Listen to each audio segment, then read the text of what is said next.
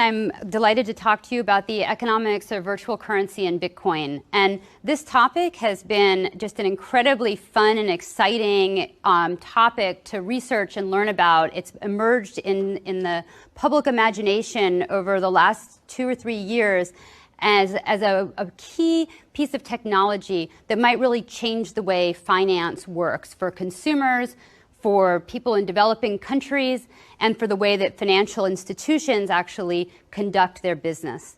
So one of the things that's challenging about this technology is that there's so many details about it, about how it works. And just like in the early days of the internet, if you went to a conference about the internet, you would hear people talking about protocols and SMTP and FTP and how we get packets around. And really none of the things that you would talk about in that kind of a technical environment would really be important for knowing whether you should start Amazon.com or eBay, or whether you should invent PayPal, or whether Pets.com would succeed or fail. And so similarly for Bitcoin, a lot of the details of how the technology works can really be separated from what the technology is and what it does. And so what I want to talk about today is really what this technology is and what kinds of things it can empower. And then we can all sort of use our collective imaginations to think about where it's going to go. And just like having this conversation in 1993 or 1994, we could have very informed guesses based on economics and needs and shipping costs and warehouse costs and logistics and communication needs. We could make some very interesting predictions. Probably none of us would have realized how exciting YouTube or Twitter or, all these other things that people figured out to do later would be. And so in a similar way, we're not going to be able to fully forecast the best uses of this new technology. So at its really fundamental level, Bitcoin is something quite simple. It's a spreadsheet. It's a big spreadsheet. Now you might think, well, wait, Lotus 123 was invented in, around the 1980s. So what's new here? And in fact, really to think about the history of spreadsheets, we need to go back before they were called spreadsheets. They were actually called ledgers. And so in the beginning of commerce, in primitive economies, you might have learned in some class that people bartered, an apple for an orange, or, a dead deer for, a hunting knife. But in fact, that is really not how commerce emerged for the most part.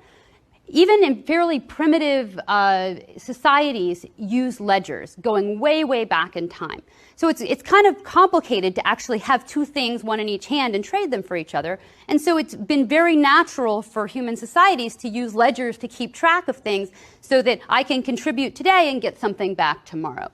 So really the origin of money itself is a ledger. Before there was money, there were ledgers that kept track of who had what and who had contributed.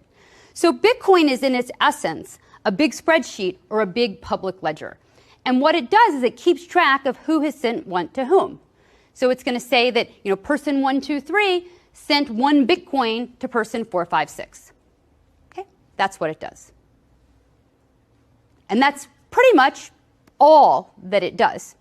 So how can this be, so innovative and, so exciting if that's all it does? Well, if you imagine for a second that we just put up a big spreadsheet that kept track of trillions of dollars and we just posted it on the internet from a server, what do you think would happen? So I might hack that server and try to change the ledger in some way. So if you're going to have a ledger that keeps track of things that are very, very valuable, it's very important that it's secure. That's one thing. And so I won't tell you how that works today, but I'll say that one of the big innovations in the invention of Bitcoin was a method to keep that ledger secure. And the way that that's done is that there's actually not one computer that's holding that ledger, because pretty much any one computer is hackable, but rather copies of that ledger are kept all over the world. And they all have to agree, not all, a majority has to agree on what the correct ledger is. And so if any one, or if even 20% or 30% of those were hacked or changed or altered in some way, that still wouldn't change the full public record. So this distributed technology, of course, only really enabled by the internet to be able to distribute something so widely and easily, is part of the security about how this works. A second thing is that, if we wanted to have a big ledger to keep track of things, it would be natural to think about sort of having somebody in charge of keeping track of it. And so, you could have PayPal. PayPal creates a big ledger. If you have an account on PayPal and you send it to someone else on PayPal and you're both carrying balances, no money actually moves, just PayPal makes a debit on one side and a credit on another side, and nothing else has to happen. But now you have PayPal, a company that's keeping track of that ledger. Okay?